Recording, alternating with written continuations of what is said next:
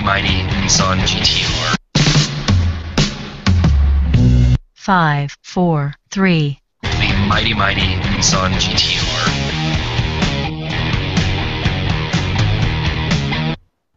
Well, we're already having technical difficulties. I was like, what is that going on?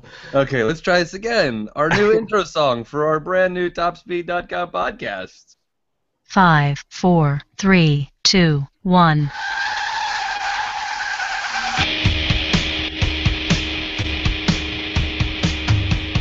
I don't even know what's happening.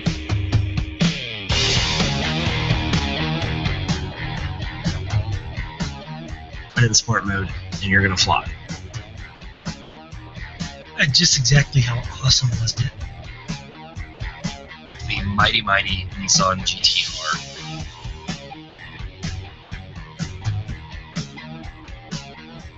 You got the Mustang, the Camaro, the Challenger, the Corvette, the Viper. America. Damn, I forgot the bananas. I love this. And we'll do it live. And we'll do it live. All right, ladies and gentlemen, welcome to the first ever live taping of the TopSpeed.com podcast. I am Christian Moe, and I'm joined today by Mr. Mark McNabb. Say hello, Mark. Hello, Mark. Everyone out there on YouTube land. Hi. And I couldn't resist. Justin did it last week, and I'm like, it's funny, but okay. Yeah. Here I am. Anyways, today it's going to be just me and Mark. I know in the description there I've got Justin listed, but Justin's had a few last-minute things pop up that he's got to run and take care of, so we're going to try and trudge on without him. He smells funny anyways, and he's always wearing that Steelers hat that I don't like, so it'll be fine without him. Now we can't smell him, over the interwebs. Over the internet. Man, the internet's so smelly. Yes.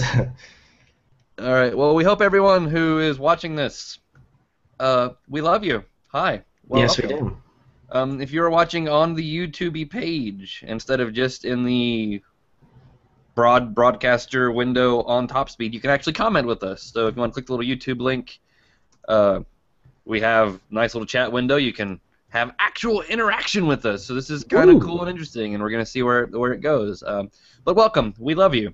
So today's show, we got a lot of things to talk about. We got some McLaren stuff. We got some Hyundai stuff. We're going to do some truck things, the future of the roadways potentially. And I have a really big announcement.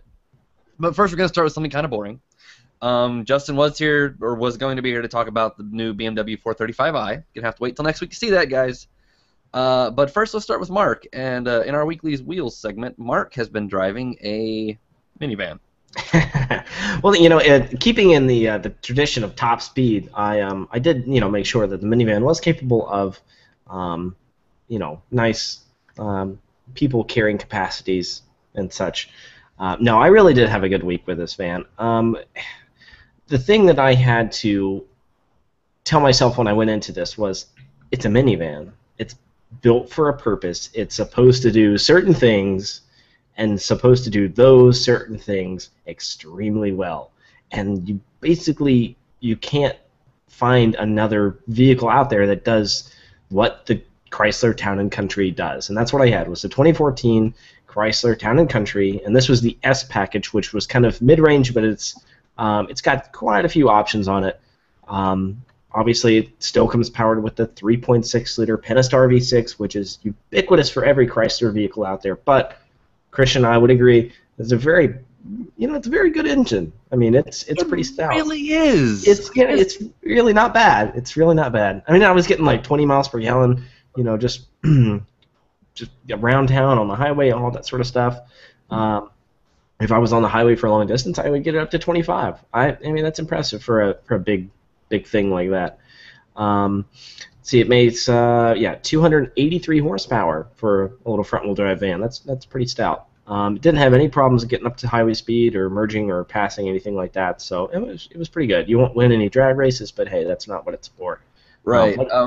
Did you like put a lot of people and a lot of stuff in it? Yeah. I know you've got a daughter. Did you take your daughter places in it? Yes, and that's my transition was. What it is built for, though, is hauling stuff and people. I had a really good week. We actually went to the beach in this van, and luckily I live near Daytona, and so I got to drive it on the beach. Car seat, everything like that. We went with some family. We threw some rods and reels, some lawn chairs, beach towels, all this sort of stuff in the back because, obviously it has the stow and go seating arrangement, which fantastic. I cannot say enough about Chrysler Stow and Go. It's truly fantastic the way that they have engineered this van to where all the seats literally lay flat and it's like a cargo van without having to take the seats out. You just boop, fold them right up, and it's good. Ladies and gentlemen, the first live podcast of the TopSpeed.com podcast is brought to you by Mark's Love of Folding Seats. That's right. I know. I was really impressed with it. Let's see. Other things I was impressed with was the flip-down DVD screens in the back. My kid flipped when I started playing Mickey Mouse in the car, and Mickey Mouse, huh? She wants Bravo. 2 years old. Yeah, that's what she wants. She wants the Mickey Mouse. So. Yeah, she loved it, and every car we get in now, Mickey Mouse, but so now you've ruined things. I have ruined my life because now every car is where's Mickey Mouse? Yeah, but terrible decision. yes, terrible Chrysler, decision. you make my life horrible. No, it's your fault for showing it to her because I know. Instantly in my head, I would have been like, if I show this kid that she can have a TV in a car, she's gonna want it in every car. Yeah, well, Nope. I didn't have that much foresight, so. But no, there were a few things that I really, honestly didn't like about the van, and most of it centered around the old Uconnect system in the navigation. I've had Chryslers in the past where the Uconnects are very, very, very good, and I was really impressed with it, but this one, not so much. It took reading the manual to figure out how to connect my phone, how to input GPS navigation inputs. Like, it didn't understand my voice at all, or my girlfriend's, or anyone. Like, it just, speaking to it like it was stupid, it wouldn't understand. Just the graphics were outdated. The way it looked, it just didn't flow very well. I think the van would be very much more served well with an updated version of the Uconnect. I don't know why Chrysler hasn't just done that. Other than that, everything was, yeah. I mean, I guess they're selling these things hand over fist anyway. They're golden. But I did like the power doors. You hit the button on the key fob, power doors, power lift gate in the trunk. It was really, it's a good family van. It really is. I love power sliding doors. I hate everything about everything that is a power rear liftgate. I would just I would remind myself, I'm going to the van, let's open the door. That way I had it 30 feet away and it was already opening. But yeah, if I was back there and I just wanted to open it and I had to lift the handle, then yeah, I had to sit there and wait for it to. Yeah, and like you can't fight it. Like it won't just. Yeah, because I'm trying to remember what car it was now. It might have been the Ford Escape. If you reach and hit the handle and start to pull it, it like releases that system, and you can just open it and you can just close it. Wow, no, see this is not like that. If I tried to pull it more, yeah, if I tried to pull it up, the thing would go into safe mode and then like beep at me and then start to close. Yeah. But I just learned be far away from it before you want to open it. Oh, also the Escape had the cool foot thing. Yeah, that is really cool. Where you wave your foot and the door opens. I'm like, well, okay, because I was like, this is the stupidest thing ever, and I was just playing with it. And then, yeah, I went to go buy some dog food, and so I like walk out to the car with this like 60-pound bag of dog food. I'm like, oh, I get it. Makes perfect sense. Makes perfect sense. Storage areas in this car were fantastic as well, not only in the center console, but also when the seats are up, you've got this huge bin in the front of every seat that is rather massive that you can store just about anything in. Well, because they'll hold the whole seat. Literally, the seat folds into this little compartment, right. And now it's empty. What are you going to do with it? Well, you could put extra clothes, you know, snacks for road trips, I mean, coolers. I mean, they're really huge compartments, and the back seat is even bigger. So it's really impressive. I secretly really want one of those for scuba diving. I'm a big scuba diver, and I'm just like a minivan. Like you take out the back seats or you fold the back seats. You have tons of room. They're big enough you can usually stand up in if you need to get changed into a wetsuit or something. If it's raining outside and you don't want to get wet before you get in the water and get wet, and you know, just lots of things like that. But all right, we're gonna go ahead and move on. I did not have a car this week. But I did do some cool, fun stuff that involves motors, and I have my big announcement that I want to go ahead and make. For starters, we've talked about my old 1965 Ford pickup truck on the podcast before. I no longer have my 1965 Ford pickup truck. Yep, I traded it off to an acquaintance of mine, and what I traded it for is a motorcycle. You know what? I've wanted a motorcycle for a really long time, but I've never had one. I've never ridden a motorcycle. I know absolutely nothing about motorcycles. Let's try to get a license before you kill yourself, please. I'm going to take the class. Oh, hey, we have our first comment from Hulty. Hello, Hulty. They say, hey, guys. Hello, Hi, hello. Hi, Hulty.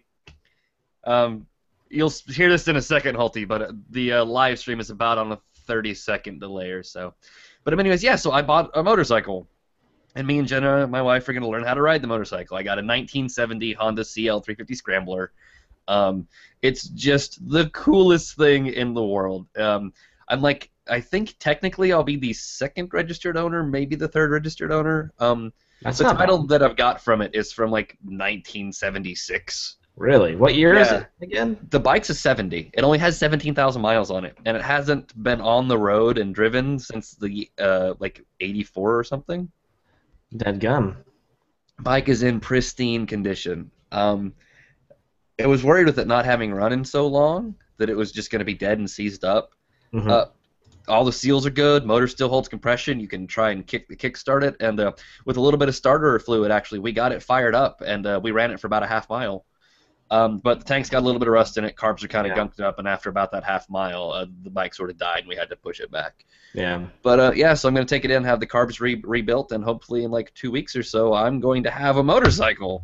Ooh. Yeah, I'm really excited about it. Yeah, be careful. Well, it's only a 350. Apparently, this bike will only top out at like 89 miles an hour, so it's actually the slowest vehicle I've ever owned. So there you go. Well, a lot of death can happen before 85. A lot of death can happen before 85, and to be honest, I'm a little terrified. I've never had a bike.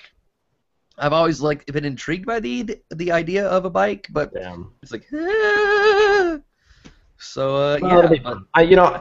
Honestly, deep down inside, I kind of want to join you. I had an uncle that had a Honda CB200 or 2000 or whatever they are in a basement, and I saw it, and I'm like, just a little bit of money, that could be a nice bike. And I really toyed with the idea of shelling out the cash for it, but I decided against it. But yeah. Yep. I was close. So yeah, I was like, oh, well, okay. And my landlord, because I rent the house that I'm at, he didn't like the truck and he wanted me to get rid of it anyway. So it was like, well, I wanted a motorcycle and I have to get rid of the truck, so win-win? You can park the motorcycle in your living room. Win-win-win. Yeah, that'll be great. It'll just be me at the podcast. Look! Here.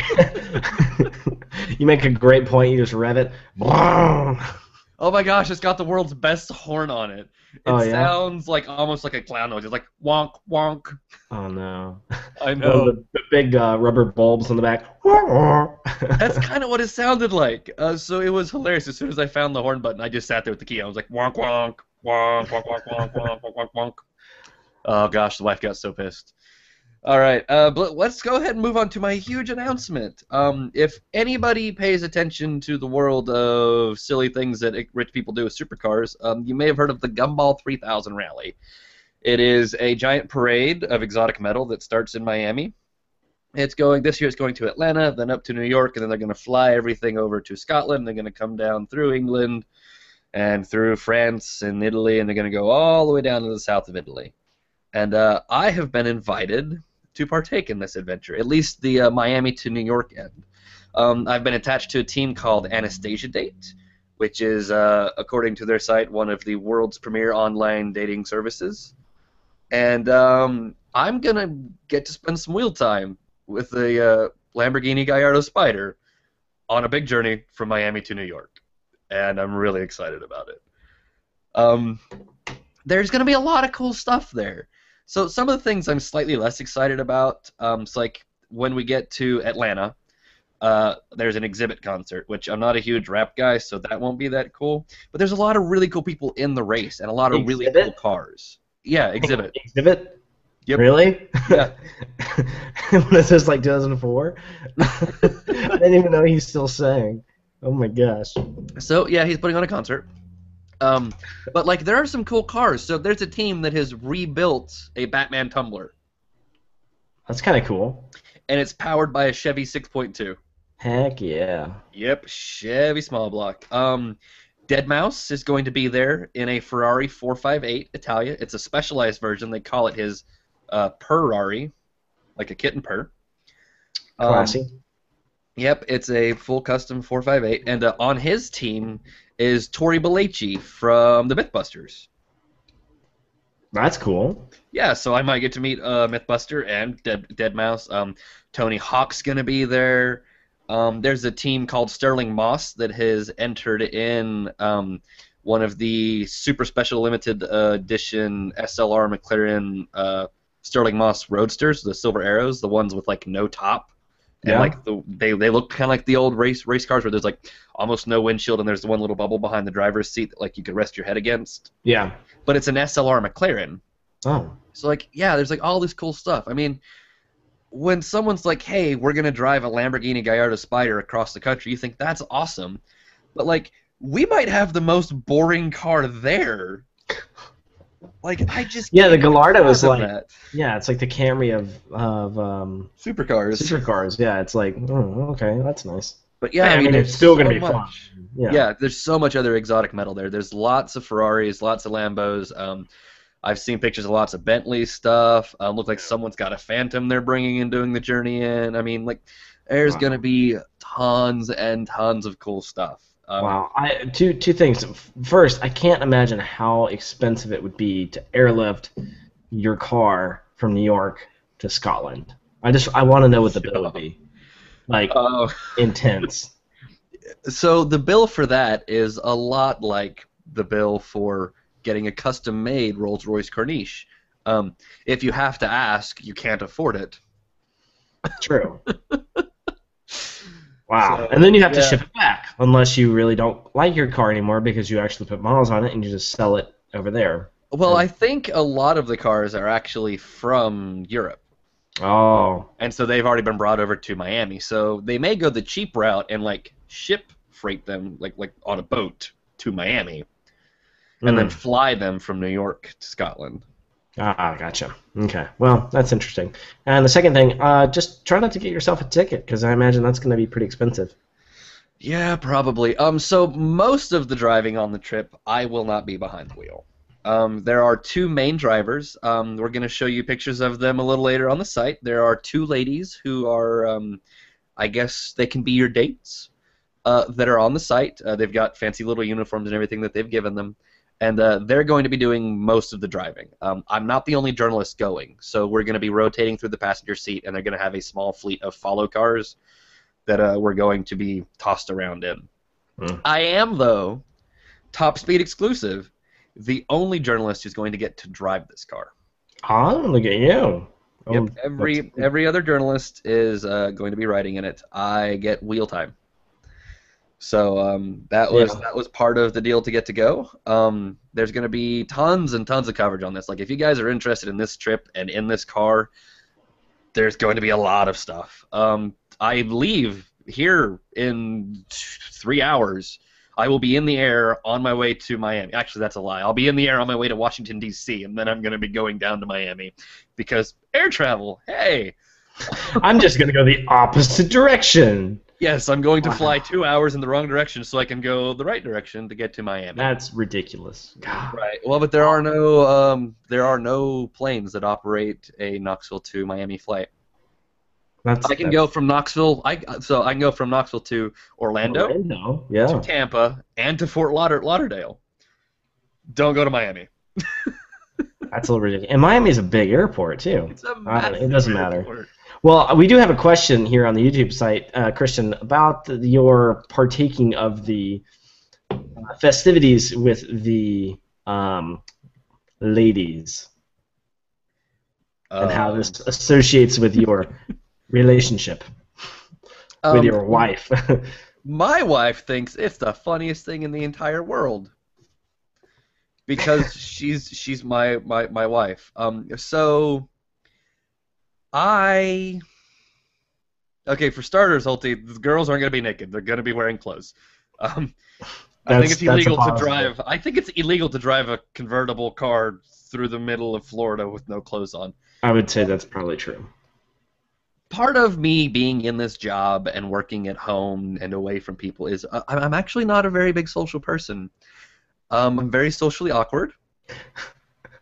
And hence we're talking to you millions right now.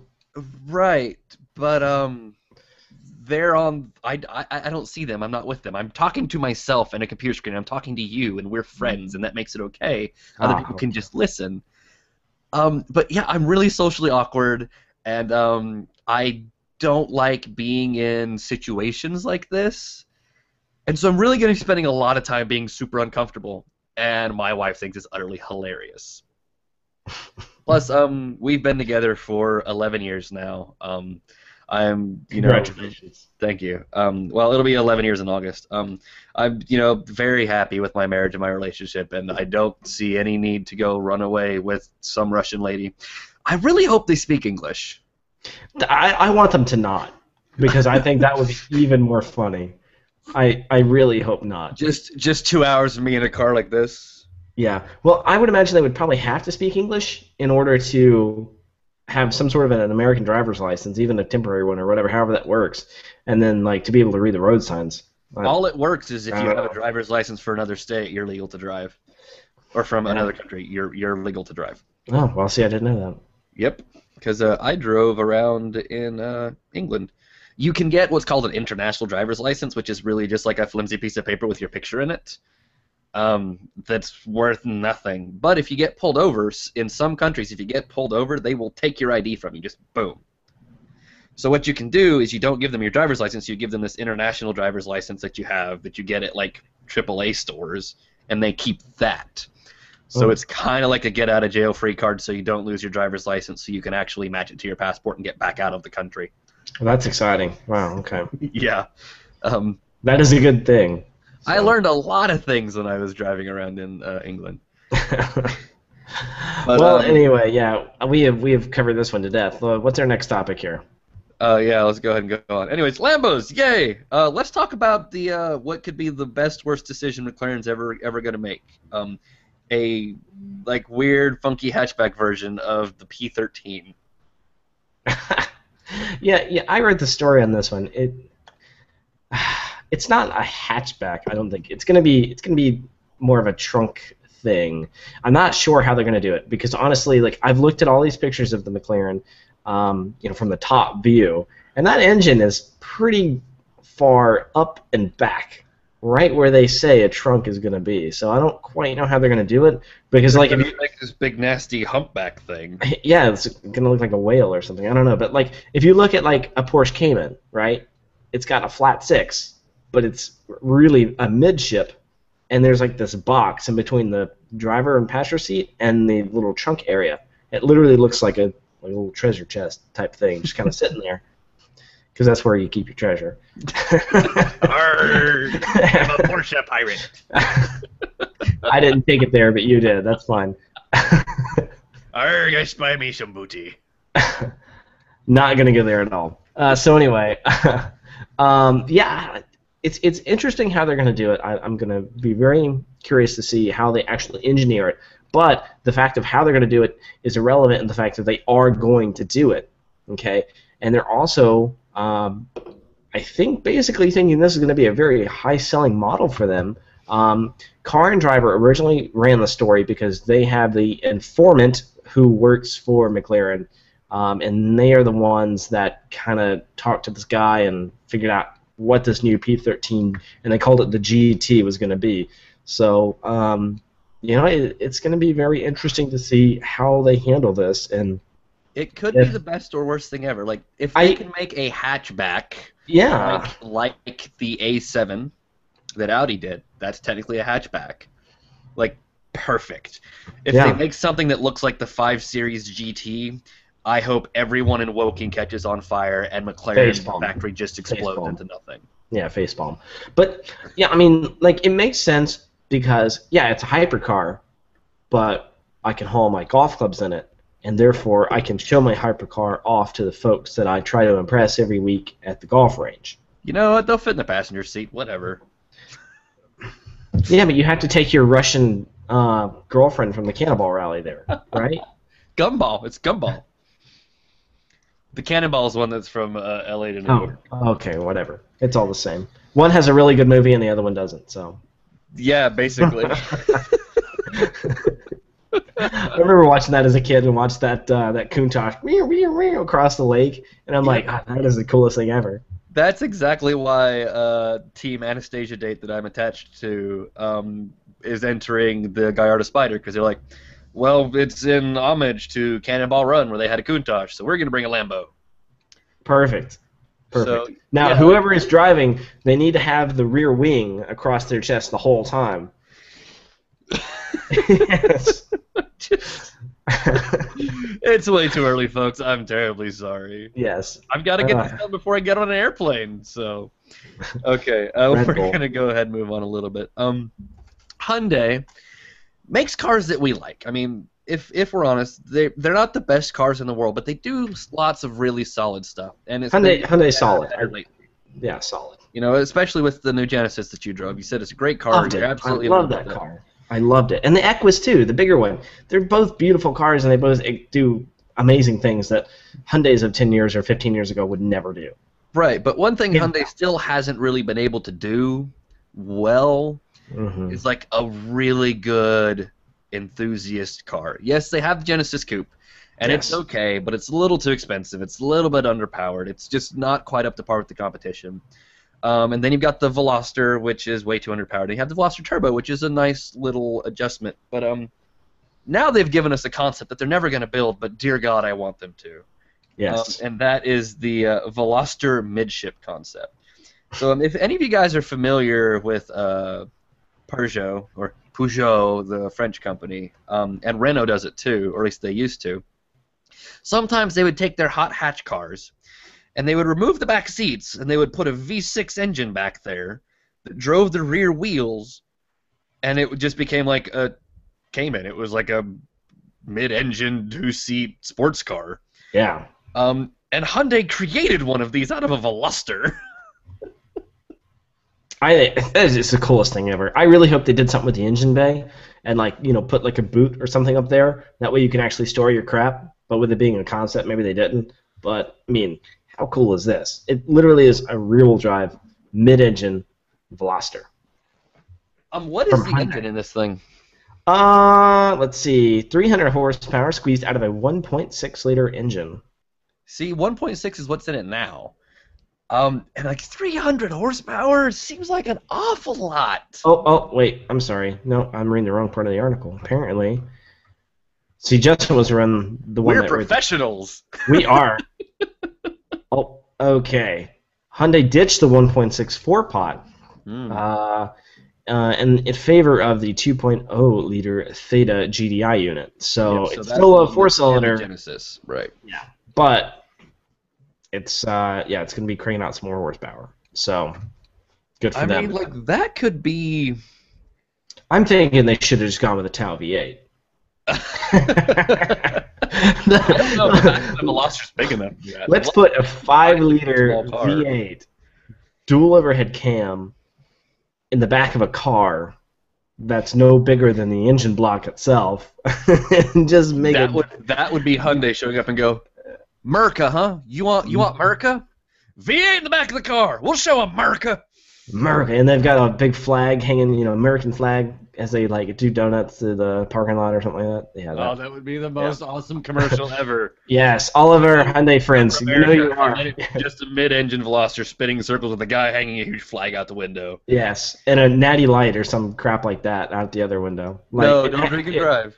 It has to be, well, the passenger, of course. It has to be some sort of, like Merc and like big eagles flying out of the sky and stuff.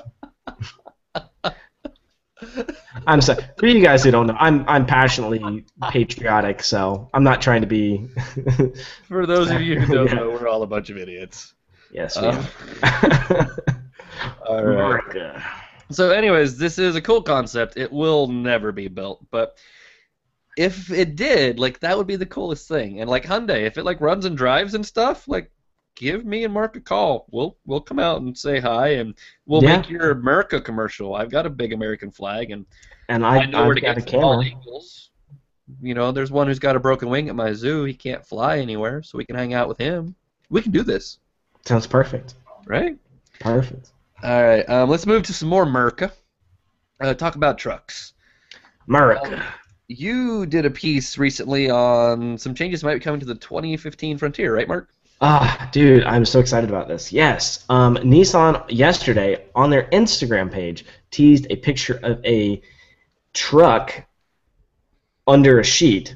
So we don't really know what it is, but we know it's going to be the Frontier. I mean, it's way too small to be the new Titan, because you can see it's got the front license plate bracket mounted on it, and just from the size compared to that license plate bracket, it's way too small to be a Titan.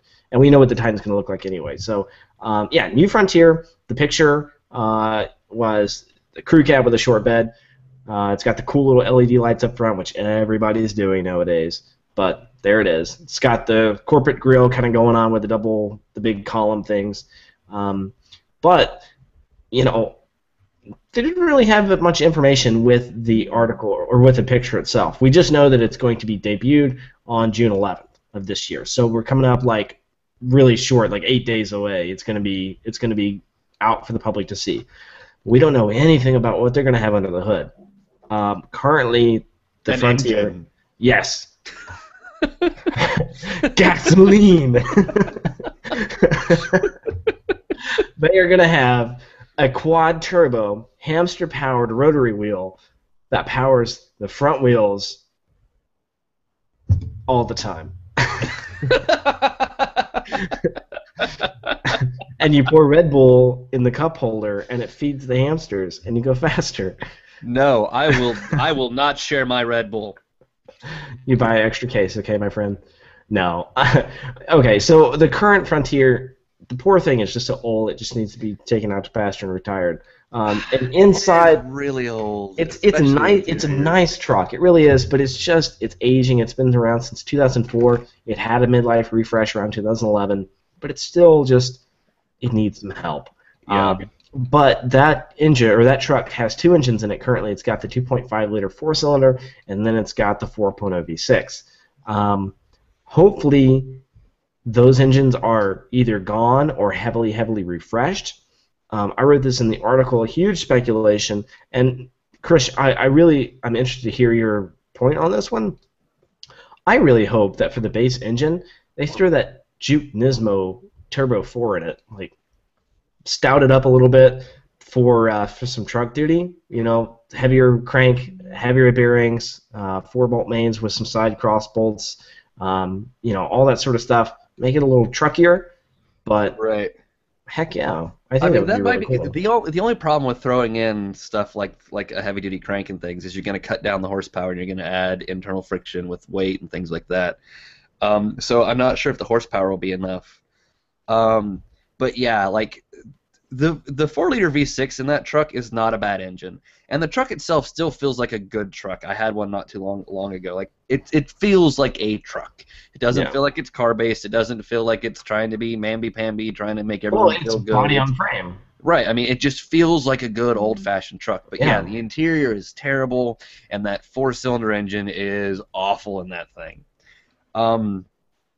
If Nissan could get that 1.8 to like the 200 horsepower that's in the Juke Nismo, and then make it a little heavier duty for some truck duty. Like, that would be a solid idea. I think that would be really Your fuel cool. economy would not be terrible, and you'd still have enough power to move some things around, especially compared to the 2.5. Yeah, But I mean, I want Nissan to put that engine in everything, though. yeah. Like, the Well, Altima, I don't you're want an Altima 2.5 anymore. I want an Altima 1.6 turbo, and I want a Sentra 1.6 turbo. That would be cool. Yeah. Well, as much as you want those, the Frontier does have an engine that I really, really, really want, and that is the 2.8-liter inline-4 Cummins turbo diesel they previewed back at the the Chicago Auto Show a couple months ago. Oh God, I know. Oh. If they bring that out with a totally refreshed truck, Chevy's gonna have a fight on their hands with the new Colorado Canyon trucks. Yes. They're gonna have a fight. Now, given those two trucks, the Colorado and Canyon, they are going to have their own little diesel coming out in 2016. Which is a really stout diesel, too. But Yeah. it doesn't have a Cummins badge. Nope. That, a lot of folks, a lot of Dodge people are going to be like, I'm going to trade my Ram 3500 on a Nissan Frontier because it No, gets they're not. It's got a Cummins. Yeah, they are. Come on. And they're going to put stacks on it and make it look stupid, but no, I think young kids that want a 3500 Cummins will jump on it. Yeah. And they're going to crap with the intake and make it bellow black exhaust so they can roll coal. Roll coal! Roll coal, Nederland! America! Yeah, but Yeah. but I really hope they make that engine just because it's going to be a solid power plant. I mean, think about this, right? If Ram can make their 1500 get 28 mpg with a V6, what can Nissan do with a 4-cylinder in a mid-size truck? I'm telling you, depending on how they have that thing tuned, like 35 miles to the gallon does not seem out of the I question. mean, like, how awesome would that be to get 35 out of a truck that you could still pull probably a 7,000 or 8,000 pound trailer with? That's all anyone needs. That's all anyone needs.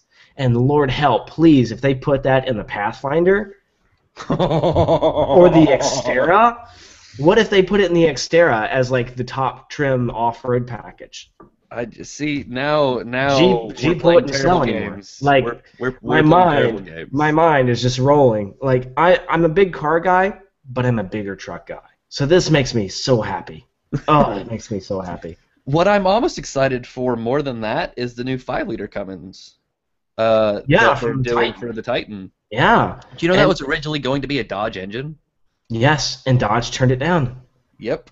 Dodge turned it down. It was like Dodge even helped them like make it. Like, this is the project we're working on. No, never mind. We don't want that anymore. Yeah, I really don't get it. I don't get it because Dodge is coming out with the Eco Diesel, and then everyone else is now doing diesel in their smaller trucks.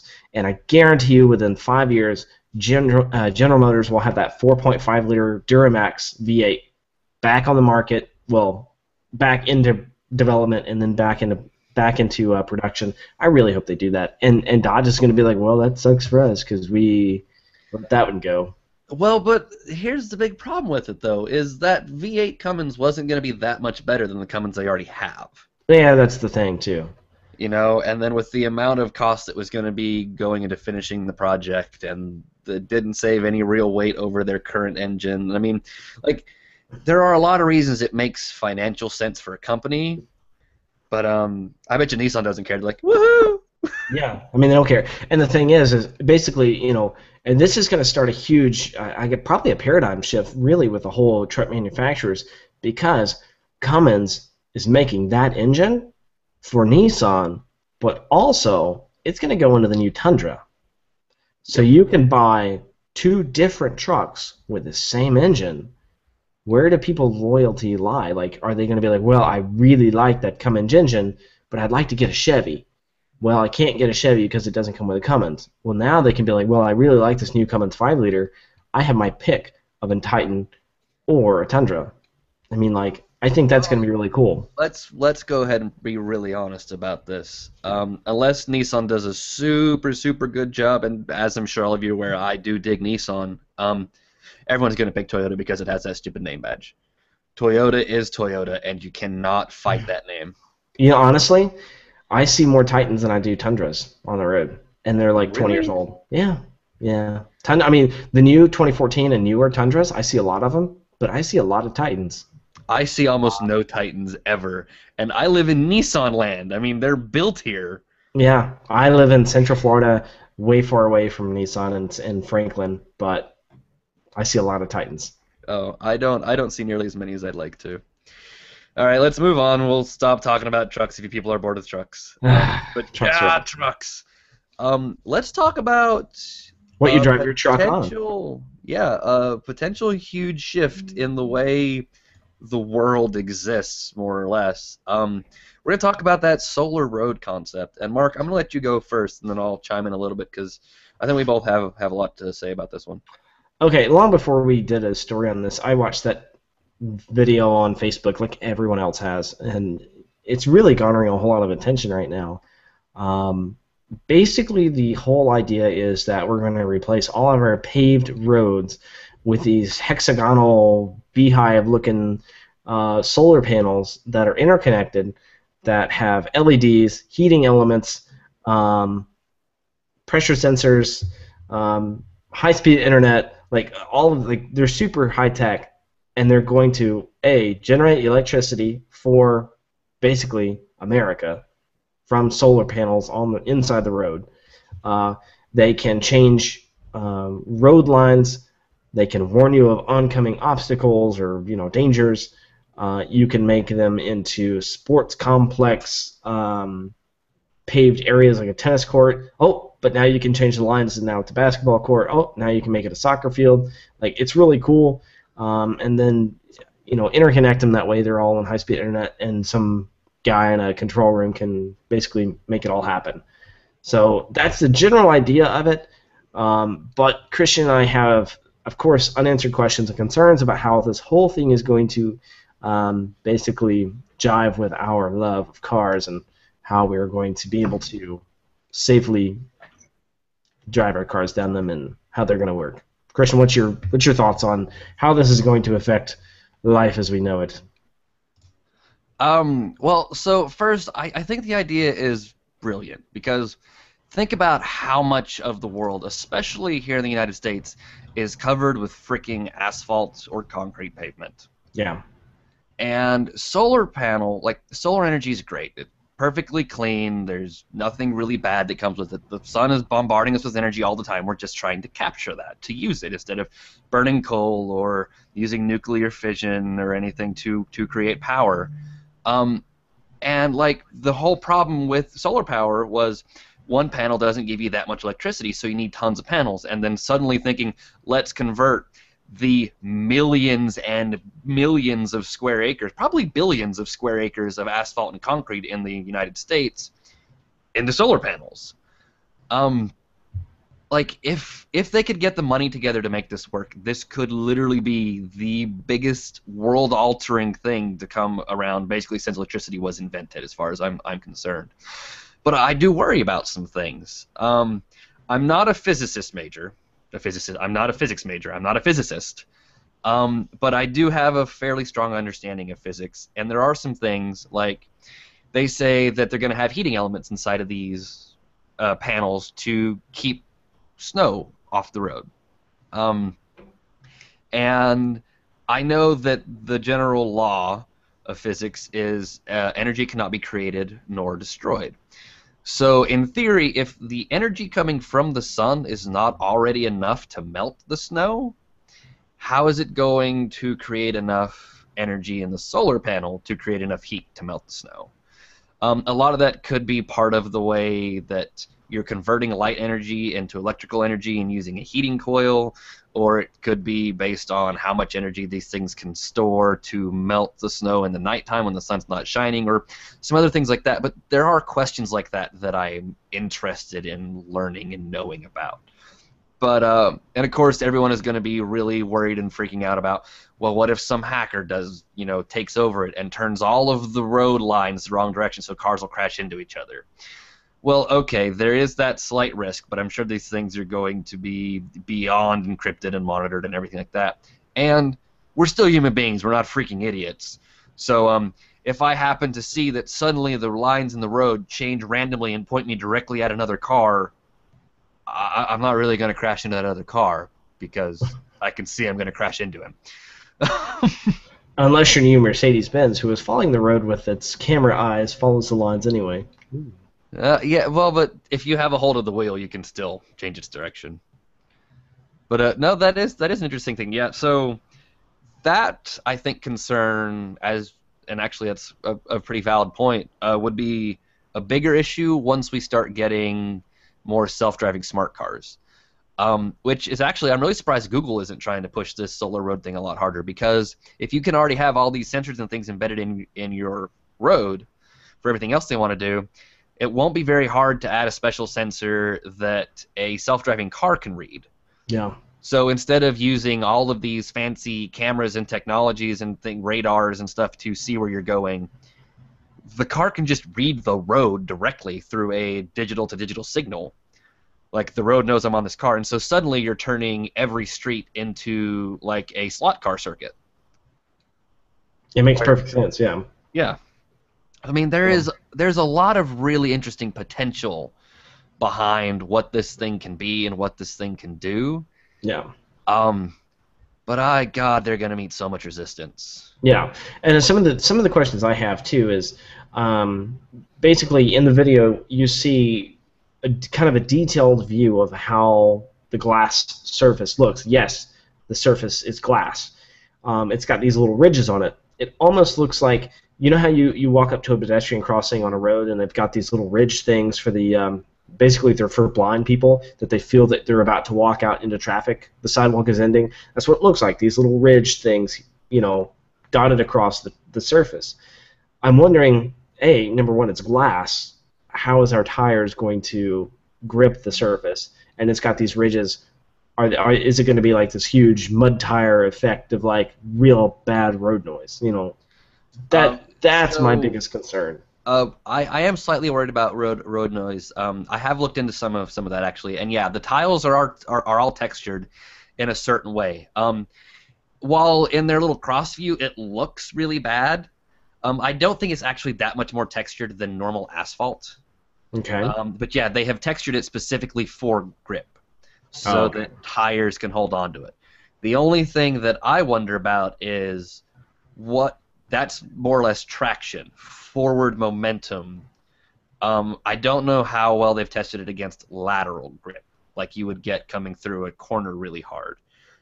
So the tiles may be oriented and created so that, like, even on a steep incline, your tires will have enough traction that you can pull yourself up this incline without your tires slipping.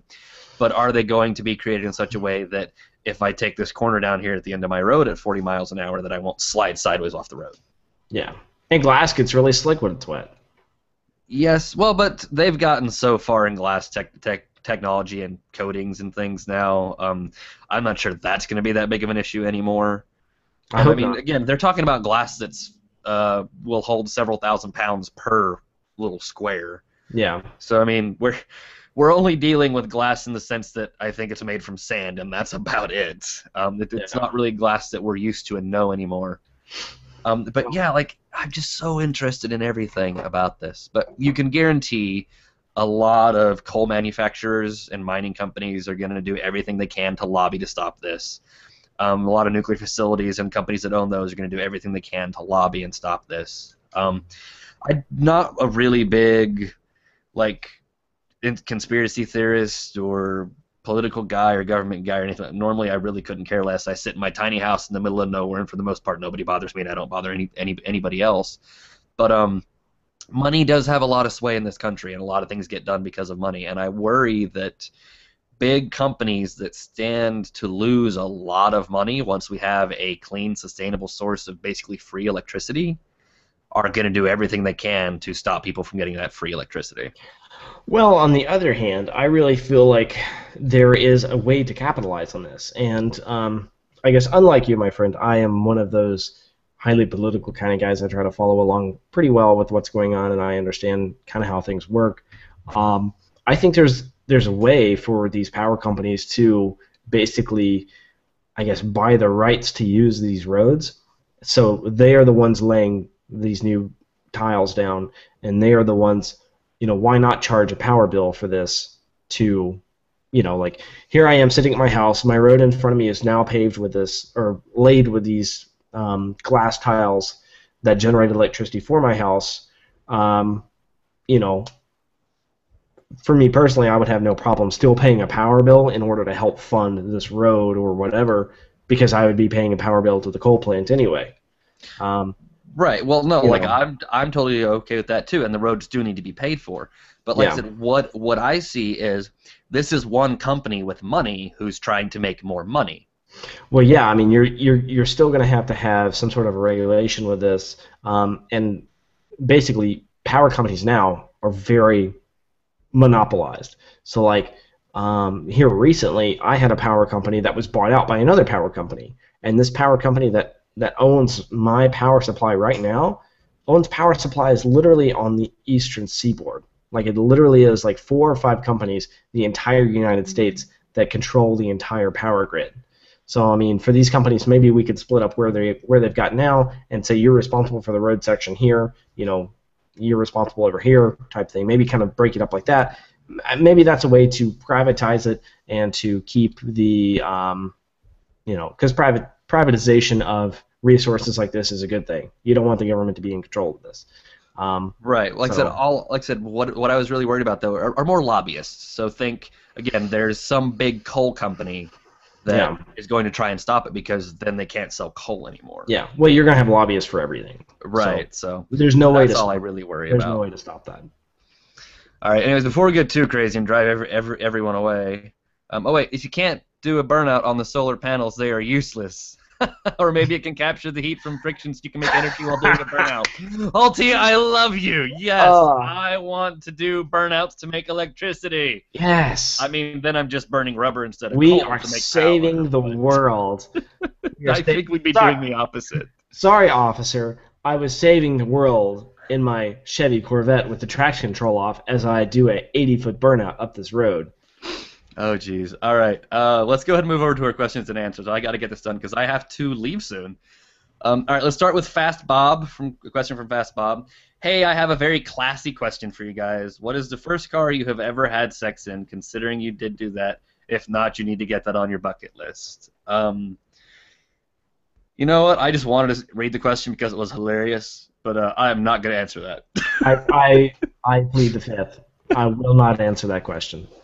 All right, so there you go. The answer is no, we're not going to answer that, Fast Bob. Okay, Spaceballs27. Do you guys give your cars nicknames or call them in a special way? And he says he calls his Mazda Saki. That's pretty funny, actually. Yep. Yeah, I have a Chevy Trailblazer, 2004. Her name is Tracy the Trailblazer. Okay. Yeah. We're kind of big in naming our cars. So our Porsche does not have a name because we could never decide on a name really, so we just call it Porsche. We tried to name the truck and we never got a name for it before it went away. We're still working on a name for the bike. But my old Outback was named Oliver. It was that weird sort of green color that earlier Outbacks came in. And I wanted the car to last me forever. So I also named it slightly, besides the color, after in Top Gear when they did the Africa special, and Richard Hammond had the little Opel Kadett that he called Oliver, and it made the whole trip with almost no modifications or any sort of issues. So I was trying to give my Subaru some luck by naming it after the Opel Kadett that made it all the way across Africa by calling it Oliver, plus it was green, so that helped. But a year later, my Subaru died, so it was terrible luck. Poor little orphan car. Yep. But our VW is called Felix. So little red hatchback, we call our VW Felix. That's really random. Yeah, it just works. Like you just look at like, hey, that's Felix. Okay, well, yeah. It's not as cool as Tracy the Trailblazer. Yeah, it's better than Tracy Trailblazer. Anyways, let's go talk to Kirby91. Kirby91 said, "Very nice episode," and this was our We appreciate that. Yep, he says, "I have a question for you guys. Considering that a lot of car manufacturers are going for smaller displacement engines with turbos, what are the top 3 best-sounding turbocharged cars available on the market today?" We're only going to do 2 because Justin's not here. We'll make him answer these questions next week. I'll pick one, and Mark can pick one. For me, it is hands down the Fiat 500 Abarth. That car sounds like a massive party full of tire smoke that's being thrown through a blender. It's just, it barks, it barbles, it snaps, it pops. It sounds kind of like an old Group B rally car. It's just mean and hateful, and I love it. Yeah, that's good. I know that I remember when you did that review, you couldn't stop talking about how the car was mediocre, but the sound was great. It was awesome. Like, that car's a terrible car, but God, I want one so bad. You're either in first or second gear, no matter where you go. And you're going 197 feet an hour, but You're it like feels like you're going really quickly. 8,000 RPMs going. Yep, on your way to get some milk. That's right. Well, you know, I don't know that I really have an honest, good opinion for this one, but you know, I've seen a lot of videos on the car. I think the Focus ST is really a decent sounding exhaust for fourth cylinder. So I guess that'll be my. I don't have an answer. That's actually a simple choice. Those are good. Those are good engines. So. Yeah, the Focus ST and the Fiesta ST both have a really sort of same sort of thing, really gnarly, snapping, popping, sort of angry noise. It's really good. Yeah, you know, Ford has a really good knack for building good exhaust systems. I mean, the Mustang GT and the Mustang V6 either. I mean, both of those are really good cars, but the GT is amazing. So that's what I want Nissan to get better at. Like, the Juke Nismo sounded cool because you could hear the turbo spool up and hear the wastegate dumping the boost, but like all their exhaust noises are just so boring and drony and thrashy, and it's just like, ugh. Yeah, it's no good. All right, we are almost at time. We have been doing this for 55 hours and 35 minutes. We want to thank everyone for joining us. We're going to go ahead and do our own drive burn, and then we're going to finish this episode up. Before we move to Own Drive Burr, I want to say again thank you everyone for joining us on our first live episode. There will be another live podcast, and it should be on Thursday next week because I'll actually be back in town. We should have Justin back with us. Everything should be back to normal. We hope to see you then. If you're interested in the Gumball 3000 journey, follow me on all of the social media stuff. I'll be posting things to the TopSpeed Podcast Twitter. There's my Twitter, which is @Moford. That is MOEFERD. I'll be doing the Instagram thing. Same thing, @Moford, MOEFERD. So if you want to keep up with any of that, that's where you can find it all. Also keep tabs on this YouTube channel. I might try and do a live stream cast from the car while I'm driving. That's cool. So it's going to depend on noise and cell phone signals. So we'll see what happens there. But all right, our Own Drive Burn for this is a series of Mercedes, and this is also from Kirby 91. This is from 3 episodes ago. We're still trying to catch up because you guys gave us lots of great Own Drive Burn suggestions, so thank you for that. And keep it up. Yep, keep it up. We need more questions. We need more ODBs, Own Drive Burns. But this one is a set of Mercedes cars. It is the old 300 SL, the new SLS, and then the SLR McLaren. So, do you want me to go first, Mark, or do you think you got this? No, I can take it. Really quick, I would burn the SLR McLaren. It's a nice car. It's really cool. But I don't know, it's just a little too outlandish for me. So between the other two cars, you know, the 300 SL, you just cannot get past how amazing this car is. It looks perfect. And because it is such an antique and it has such history with it, I'm going to have to drive it just once. I would hate to make that my daily driver because I would feel like I would ruin the car. So that leaves me with the SLS for the everyday driver, which it's a pretty darn good everyday driver. So that is a pretty darn good everyday driver. Yeah. So drive the 300 SL once. The SLS is my everyday driver, and then the SLR McLaren can burn in fire. Bye bye. So yeah, that's my answer. How about you? I actually think I'd burn the SLS. Really? I think between those three, it's the least interesting. I think it's the least interesting to look at. Yeah. I like the engine noise it makes, probably the best of the three. It's got that gargling nails exhaust note from that 6.2 liter V8. But yeah, it's too Mercedes-y. That's a bad thing? Well, in this company, I think it sort of is. So again, like I talk about, I try and do that whole what makes things special. And aside from the doors, nothing on the SLS is really special. Does that make sense? Yeah, I can kind of see what you're aiming at. Yeah. It just looks like a car. unless you're really beating on it, it just drives like a car. It's just a car. It's a very good car. Yeah, I mean, I can see it's like not as magical or special. if it didn't have the gull wings, if it had just regular conventional doors, it would kind of be a boring car. You're right. Yeah, and like if you get the Roadster model, it has normal doors. Like then it's just a Mercedes with a big nose. You know, the SLR McLaren at least looks a little crazy. It's got the big metal strakes, and that was back when Mercedes was doing their really like pointy design style. So it looks like a super angry tuner version of like an SL convertible. Like it's got the McLaren name behind it because Mercedes and McLaren were working together in F1 stuff. You know, so it's got some F1 history behind it. The engine in it's really cool. It makes a great noise. It looks just awesome. It's rarer than the SLS is. You know, it's got a lot going for it. So I would drive that once because it's cool and it's interesting, and I think it's more cool and interesting than the SLS.